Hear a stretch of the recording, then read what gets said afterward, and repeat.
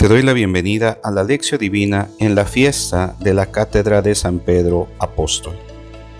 En el nombre del Padre, y del Hijo, y del Espíritu Santo. Amén.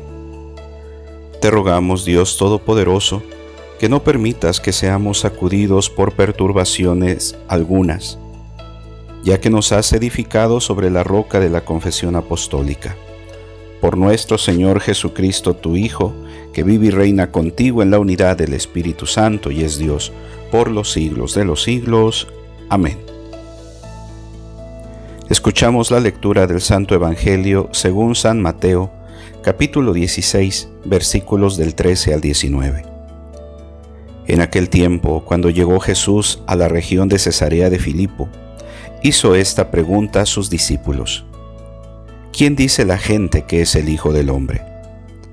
Ellos le respondieron: unos dicen que eres Juan el Bautista, otros que Elías, otros que Jeremías o alguno de los profetas.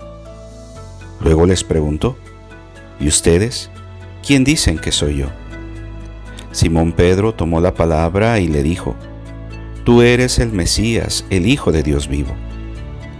Jesús le dijo entonces: Dichoso tú, Simón, hijo de Juan, porque esto no te lo ha revelado ningún hombre, sino mi Padre que está en los cielos. Y yo te digo a ti, que tú eres Pedro, y sobre esta piedra edificaré mi iglesia.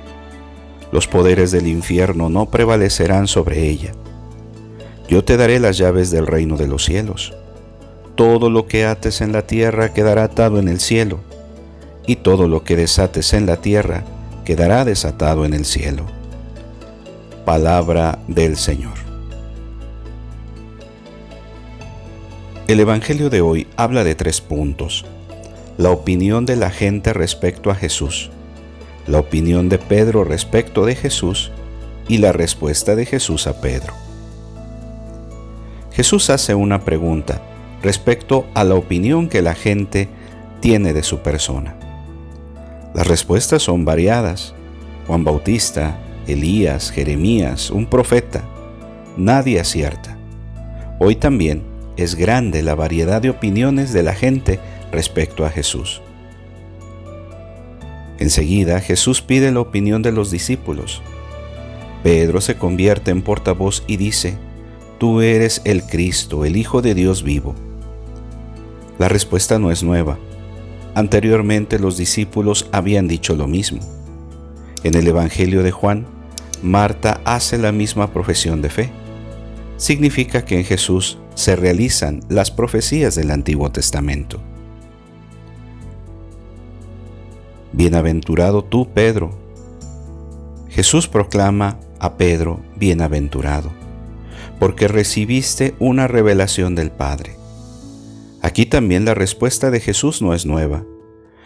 Anteriormente, Él había alabado al Padre por haber revelado el Hijo a los pequeños y no a los sabios e inteligentes. Y había hecho la misma proclamación de felicidad a los discípulos porque estaban viendo y oyendo cosas que antes nadie conocía. Pedro debe ser piedra, esto es, debe ser fundamento firme para la iglesia para poder resistir contra las acechanzas del infierno. Con estas palabras de Jesús, Mateo anima a las comunidades perseguidas de Siria y Palestina. A pesar de ser débiles y perseguidas, las comunidades tienen un fundamento firme, garantizado por la palabra de Jesús. La piedra, como fundamento de la fe, evoca la palabra de Dios al pueblo en el exilio. Escúchenme, los que van tras la justicia, ustedes los que buscan al Señor. Fíjense en la roca en que fueron tallados, en la cantera de la que fueron extraídos. Fíjense en su padre Abraham y en Sara, que los dio a luz cuando él era uno. Yo lo llamé y bendije y lo multipliqué. Indica un nuevo comienzo. Pedro es piedra de 2 formas: fundamento, y es piedra de tropiezo. Insistimos mucho en Pedro como piedra fundamental, pero por un lado era débil en la fe, dividido, trató de desviar a Jesús, tuvo miedo en el huerto, se durmió y huyó, no entendían lo que Jesús decía. Por otro lado, era como los pequeños que Jesús proclamó bienaventurados. Siendo uno de los 12, se hace de ellos portavoz. Más tarde, después de la muerte y de la resurrección de Jesús, su figura creció y se volvió símbolo de la comunidad. Pedro está firme no por mérito propio, sino porque Jesús rezó por él, para que su fe no desfalleciera. Iglesia, asamblea. La palabra iglesia, en griego eklesia, aparece 105 veces en el Nuevo Testamento, casi exclusivamente en los Hechos de los Apóstoles y en las cartas. En los Evangelios aparece 3 veces, solamente en Mateo. La palabra significa literalmente convocada o escogida. Indica a la gente que se reúne, convocada por la palabra, y trata de vivir el mensaje del reino que Jesús trae. La iglesia o la comunidad no es el reino, pero sí un instrumento y una muestra de ese reino. El reino es mayor. En la iglesia, en la comunidad, tiene que aparecer a los ojos de todos aquello que acontece cuando un grupo humano deja que Jesús reine y sea el centro de sus vidas. Pedro recibe las llaves del reino. Este mismo poder de atar y desatar es dado también a las comunidades y a los otros discípulos. Uno de los puntos en el que el Evangelio de Mateo insiste más es la reconciliación y el perdón. Es una de las tareas más importantes de las comunidades y de los coordinadores de las comunidades. Imitando a Pedro, tienen que atar y desatar, es decir, procurar que reine la reconciliación, la aceptación mutua y la construcción de la fraternidad. La comunión con el sucesor de Pedro, en este caso con el Papa Francisco, es un asunto de fe que ponemos en práctica desde convicciones profundas y no desde gustos superficiales. Reflexionemos sobre esto destacando lo que dice Mateo hoy sobre Pedro.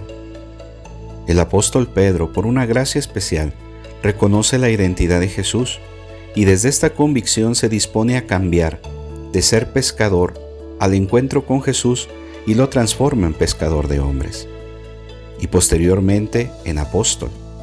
Siguiendo este itinerario recibe la gracia y el encargo de ser la piedra base para la construcción de la comunidad, de tal manera que testifique el amor y la misericordia de Dios en cualquier espacio y ante todas las personas. La elección de Pedro no corresponde a una especie de perfección moral. El Evangelio nunca dice que fuera perfecto, más aún tiene sus confusiones naturales ante la grandeza del misterio redentor. Incluso es presentado negando a Jesús ante el miedo de ser identificado como su seguidor.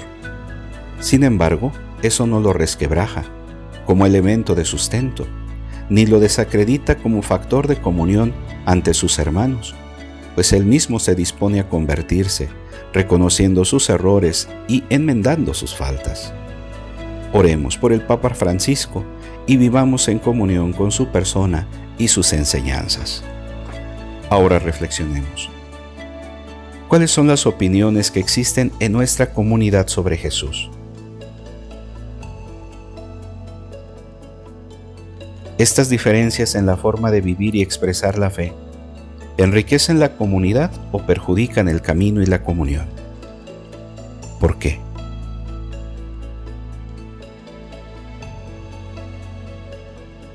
¿Quién es Jesús para mí?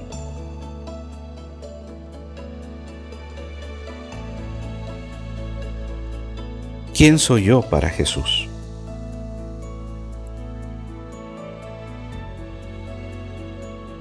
Oremos. En ti, Yahvé, me cobijo, nunca quede defraudado. Líbrame conforme a tu justicia. Amén. Gloria al Padre, y al Hijo, y al Espíritu Santo, como era en el principio, ahora y siempre, por los siglos de los siglos. Amén. Que tengas un bendecido día, y te invito a que te suscribas a este canal, que actives la campana para que puedan llegarte nuestras notificaciones.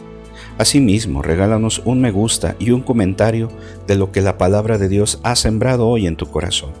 Y por último, ayúdanos a compartirlo para que llegue a más esta palabra de Dios.